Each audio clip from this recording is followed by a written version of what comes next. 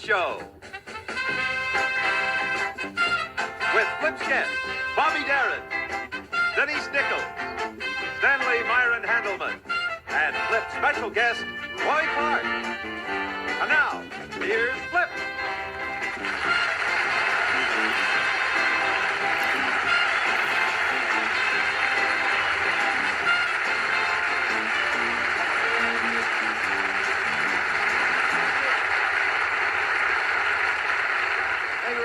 Welcome to the show.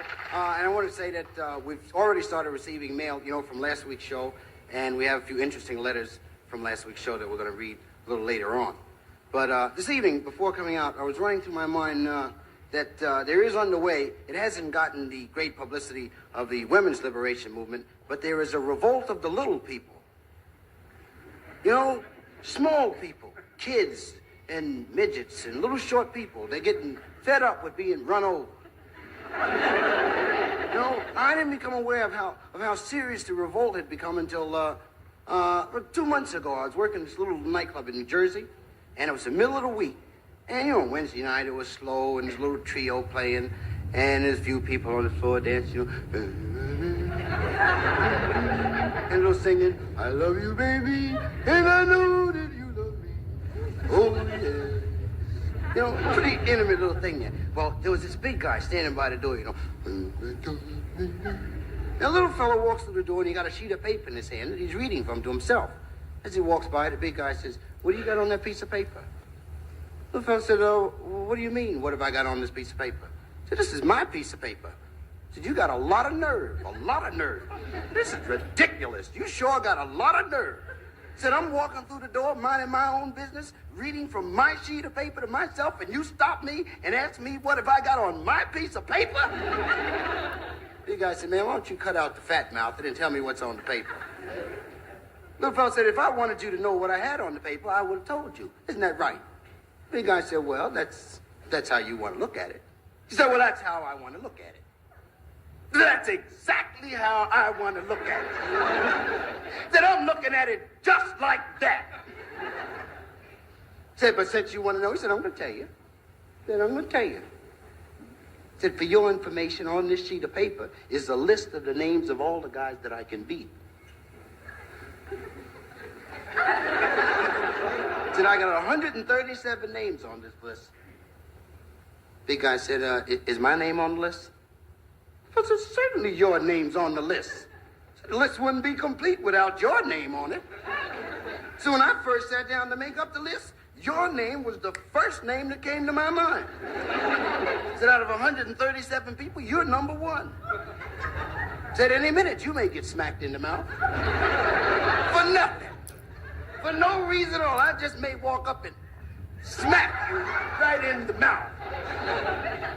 Said, I've been letting you slide for a long time. Said, if I was you, I wouldn't press my luck. Said, don't make me have to rain on your parade.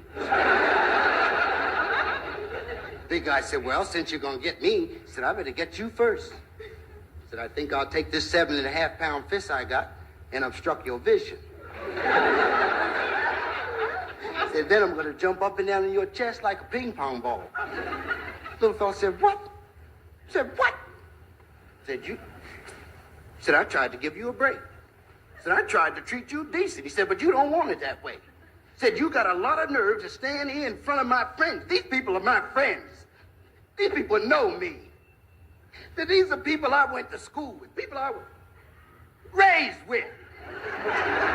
Said, and you're going to stand there and try to make me look ridiculous telling these people what you're going to do to me? Said, you left me but one alternative, and that's to take your name off the list.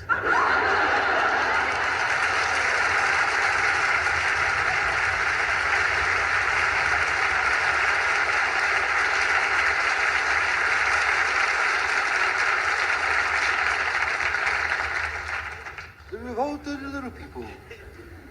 Everyone has idols. People who inspire them and drive them on to new horizons.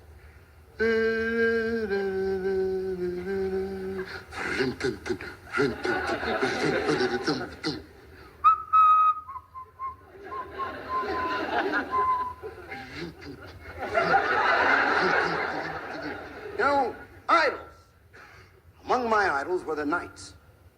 Remember the knights? What great guys the knights were. Well, before I get any further into the situation, let me take a moment to say that I don't see grounds for anyone to question my making the statement. During the days of the knights, there must have been dark nights.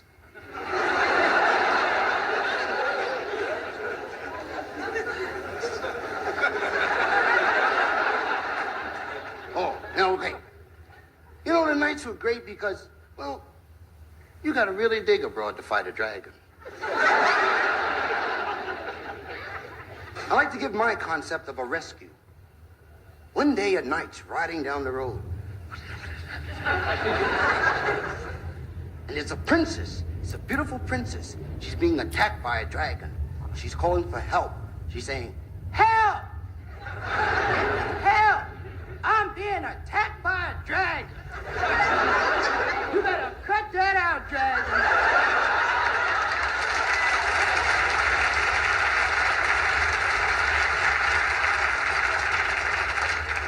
As the knight rounds the bend in the road and the princess hears the horse's hooves, she calls out, "Hark, hark!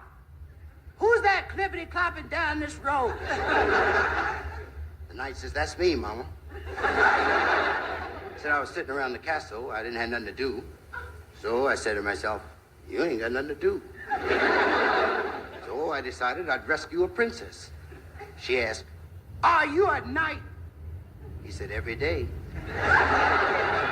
She tells him, "I'm a princess. My name is Geraldine. Princess Geraldine." Whoa! Said, "What's your name?" He said, "My name is Overnight."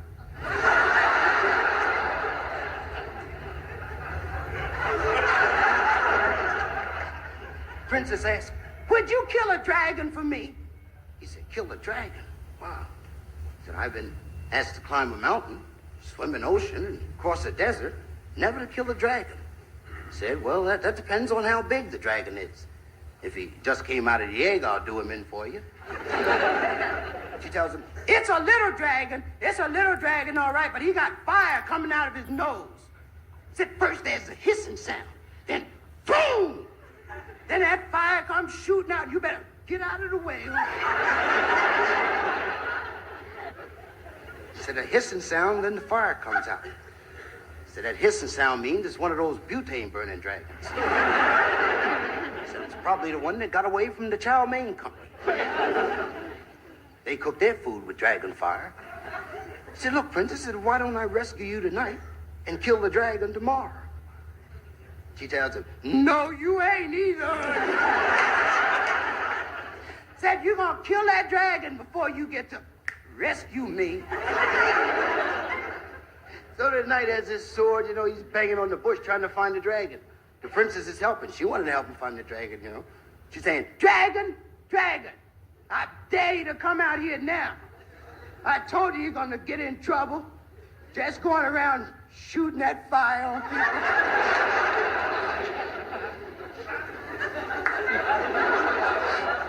After 5 minutes, the knight said, "Mama, the dragon's gone."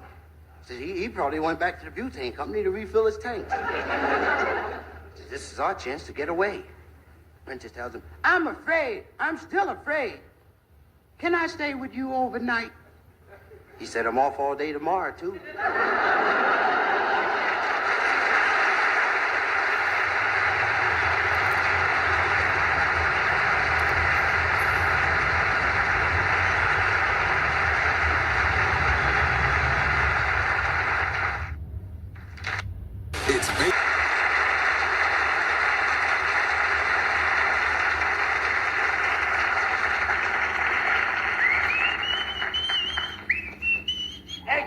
Taxi!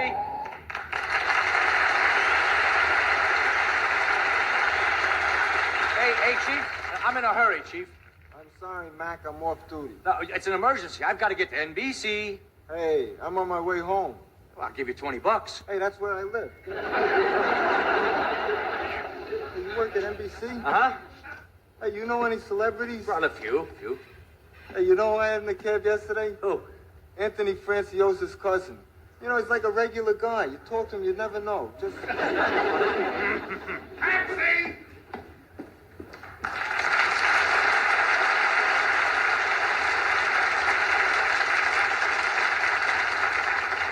Hey, man, I'm late. I'm taking.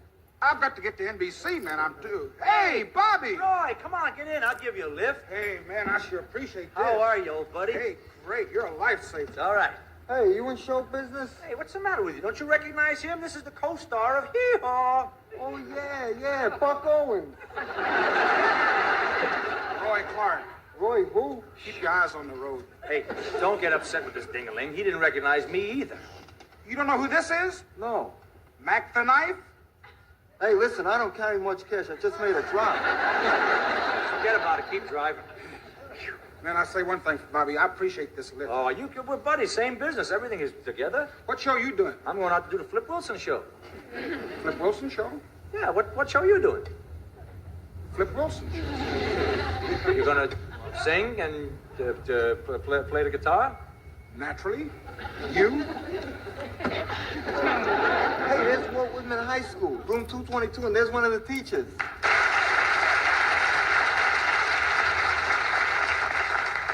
Are you waiting for a cab, Miss Nicholas? Uh-huh, but, Come right in. There's always room for a pretty girl. Are you kidding? Hey, look, the guy on the right got a knife. Bobby! Hey! Right! Oh, Denise, how are you, honey? What's happening? I'm so excited. I'm going to be on the Flip Wilson show tonight. Oh. Where's your guitar?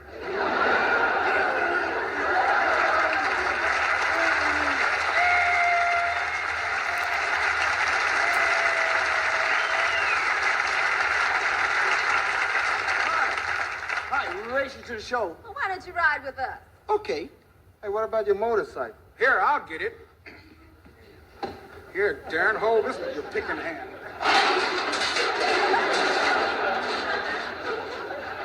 Boy, I'm really flipped about you two guys being on the show, you know? Me too. Roy, you do such great country singing, and Bobby, everybody knows you can win. Oh, I can whale, too. And I can sing country. I'm just a teacher. What can I do?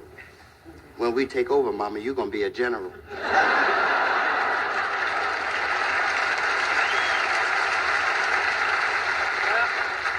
I'll tell you one thing, Flip. If Roy Clark does a solo, I do a solo. Certainly, this is an equal opportunity show. Good. Here we are at NBC. Well, we're gonna have a great time. I got the whole thing worked out. Everything's Hey, played. that's $4.30 and 50 cents for the motorcycle. $4.30. That's shocking. Shocking. Oh, and $1 for the tip. Okay. Now quit bugging. Hey, that's no money. That ain't no cab either.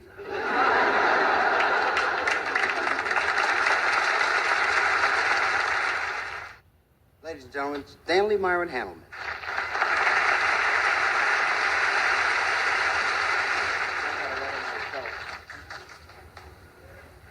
I'd like to read this letter. Read it. Other people get letters, too. It says, Dear Stanley Myron Handleman, I am a farmer. I am 75 years young today. For the past 60 years, I worked on the farm, getting up each morning at 5 o'clock and working until sundown. For a while, my two sons, Clem and Rupert, helped out until they were both killed when the tractor went into the ravine. My wife, who's been a helpless invalid for the past 17 years, just died the night before last when the whole farm burned to the ground. Now I have a lot of free time on my hands. I'd like to do some comedy.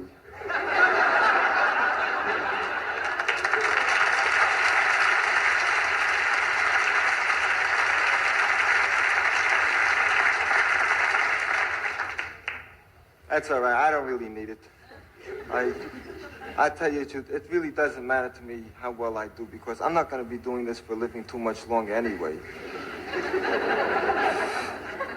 No, I wrote a couple of books, and that's what I always wanted to do was write. And I got a couple of books that I feel are going to really make a lot of money. One of them is a book of fairy tales for children. And, there's a lot of books like that around, fairy tales, but they're all based on fantasy, and it's very harmful for the children because they don't know how to deal with reality when they grow up.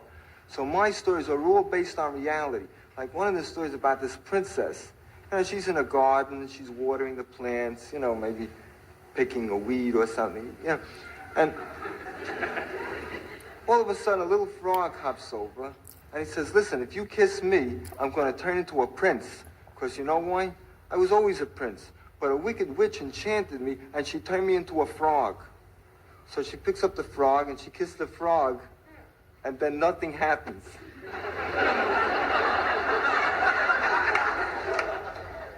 And you know why? Because there's no such thing as wicked witches or enchanted princes. It's a plain talking frog, you know?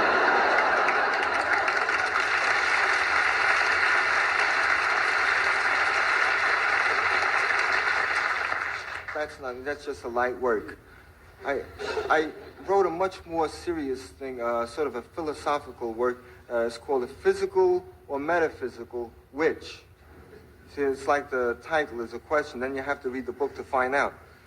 And in the book, I explain that the true nature of reality isn't revealed to us through our senses, but rather through something much more deeper than that, or more basic, our very soul.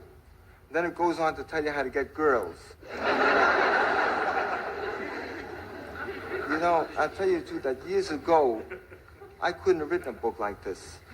Because I had a lot of trouble getting girls myself. Well, you'd be surprised, you know, you can't tell me.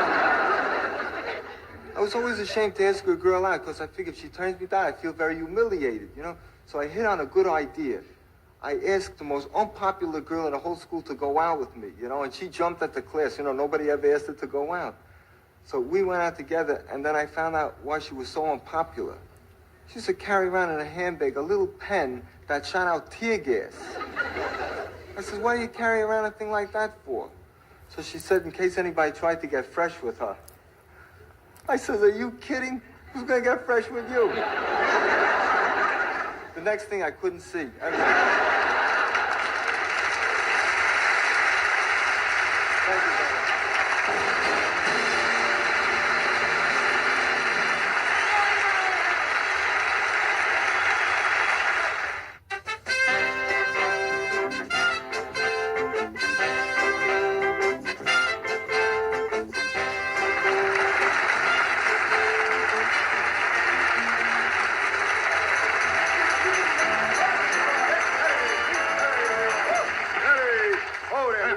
Thank you, I'm giving orders around here. Now be cool.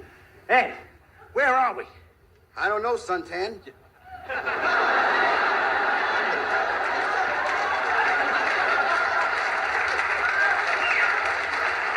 Well, what does the sign say? Well, I don't know. You know I can't read, Butch.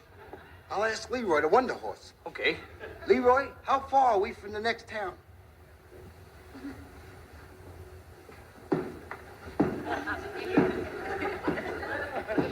What did he say? 2 miles.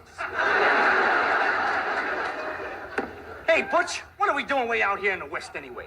I mean, we're robbing banks. Posses are always chasing us. I think it was more fun back in the East. Yeah, when me and you was in the band, remember? Yeah. You played drums and I played trumpet. I'll tell you, I've been on this horse for 3 days, and it ain't only my lip that's shot. You know, Suntan, we ought to make this our last bank job. Right. We'll chill the till, grab the green, stash the cash, then split the scene. Oh. What do you say? I think that's Miller, and right on. Hey, by the way, how much did we get from the last bank job? 50,000. Oh, well, where's my share?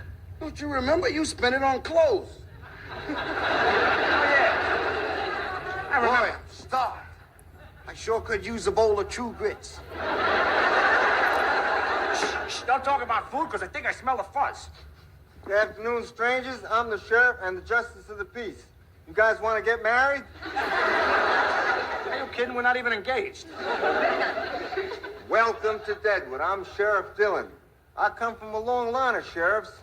My mother was a sheriff, my grandmother was a sheriff, and my Tante Frida Malka was a sheriff.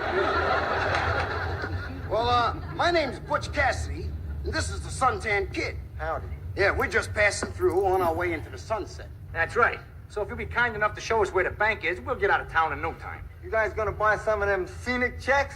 No, we gonna start a Christmas club. Oh. Well, the bank's right over there, a building with a big slot in the top. Thanks, Sheriff. Yeah, thanks. Hey, listen, you sure you don't want to get married? I do the whole thing for $2 and I sing Oh Promise Me. Here, listen. Oh, promise me. Come on, cut it out, Sheriff. You're scaring the horse. Scaring the horse. Knock it off. They came to the bank with an innocent grin. to take out some money they didn't put in.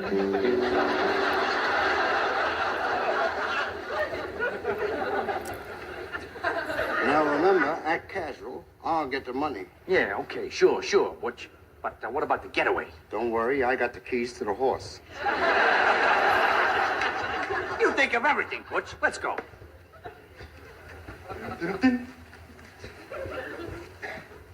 Oh, howdy, strangers. Stop jiving, Jack, because we got to split on the double. Now put that bread in this bag, you dig? Bread. Oh, I reckon you boys want the bakery. It's right down the street. Y'all just walk out there until you come to that good smell. Listen, my man, I'm not putting you on. Now lay that green in this bag, Jim. Your mouth is a-flapping like a wounded eagle, and I ain't understood a word you're saying. You boys been smoking that beef jerky? Wait a minute, Butch, wait a minute. Let me take a shot at this guy. Look here, Clyde. Hey, how'd you know my name? What my man here is trying to tell you is if you don't want me to lay you across the head, you know what I mean? Knock you upside yourself, and in addition to that, send you home stony lonesome, then do what my main man is telling you. Pick up the Franklins and the Jeffersons and lay them in a sack. Dig it? I declare, I ain't never heard such talk in my life. Who are you anyway? Well, we ain't the Lone Ranger in tunnels. Now look, this is a Roscoe. Right, Now what's going on here is a heist. right, Now quit stalling before we blow our cool. right. You know, I ain't never heard such talk in all my born days. I sure wished I could help you fellas, but I don't know a thing y'all are talking about.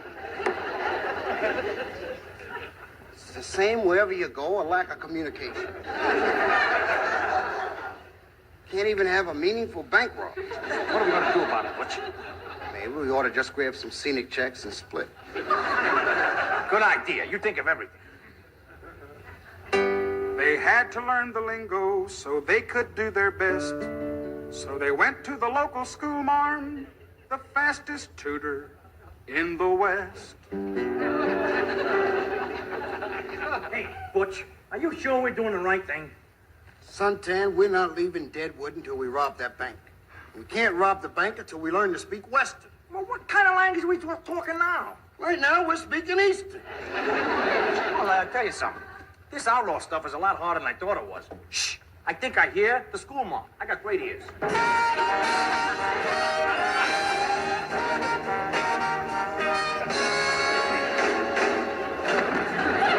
I understand you boys want to learn to speak Western lingo.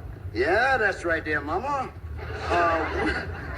We want to learn to rob a bank in 25 words or less. I'm glad to see you so well motivated. Now, suppose we start with the word doggy. Now, who knows what that means? Butch. Doggy. Doggy is the small dog. That's me. A doggy is a calf. Doggy. See doggy. See doggy run. Run, doggy, run. Boy, oh boy, I hope we never graduate. Now, if you boys want to speak Western, you have to learn. That means learn. You just have to know the following words. Dirty varmint, sidewinder, maverick, buzzard, and the ever-popular reach. I think they've got it. You boys really gonna rob that bank? Well, that's our thing. We rob from the rich and get to the poor. However, we haven't run into any poor people yet. Exciting, my little old heart's going clippity-clop. Well, in that outfit, you better be careful. Could I join your gang? I could teach you the 3 R's. Reading, writing, and robbing. Well, what do you say, Suntan? Well, I don't know. I mean, I heard word and talk going around that women was bad luck. But I am getting tired of them rumors. Come here, honey, I'm gonna show you. Oh, how they did study and how they did cram. Then came back to the bank for their final exam. All right, you buzzard. I'm a dirty varmint, And I'm a sidewinder. and she's a filly. And I reckon we got a hankering for your loot. Right. And This here's a shooting iron. See the shooting iron? The shooting iron goes bang, bang. Shoot, shooting iron, shoot. Now fork over the bananas. Now you're talking. I reach for the sky, you Mavericks. I went to school, too. Don't think you're fooling me with them masks. I know one of you is the school mom. I'll never forget a hat. Hey, Butch, I told you women was bad luck. Not if they put us in the same cell. All right. Move, school mom.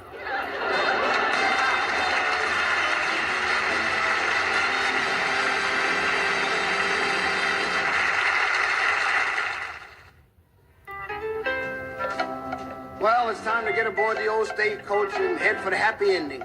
I want to express my right warmest thanks to all our great guests. Mr. Bobby Darin.